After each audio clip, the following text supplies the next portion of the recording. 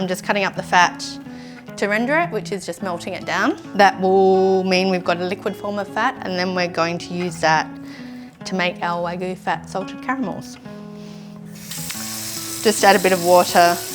So we'll put that on a medium heat, and then that will just take a couple of hours to cook.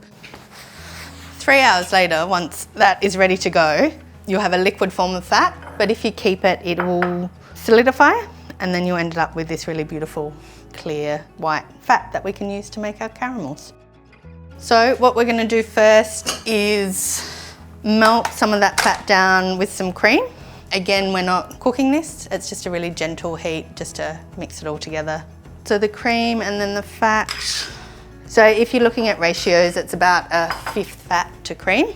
So we'll just go on a gentle heat as well. Meanwhile though, we can get our caramel happening. So for this, we're gonna go some sugar. We're just gonna use a bit of glucose as well, because it will give the caramels a bit more chew to them.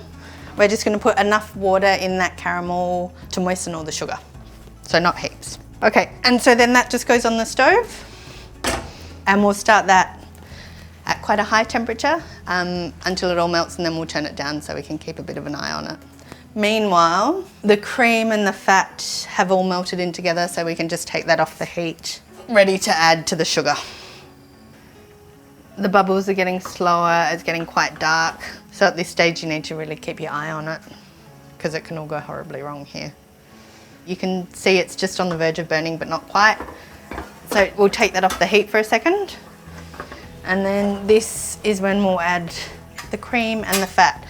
So you want to do this really slowly and gently, because it can get quite spitty. Bit by bit. And then once everything is in, back onto the heat, turn it down a little bit. You can give it a whisk to combine it all. And this is where the temperature becomes really important. We're aiming to get to 121 degrees. That's come up to the right temperature.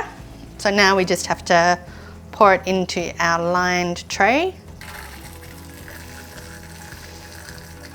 We just season that really generously with some salt flakes. So then we just need to leave that to set. You don't need to put it in the fridge or anything, that just sits there. A couple of hours later, the caramels cool down to room temperature, and then to serve it, we just want to cut it into nice little bite-sized pieces.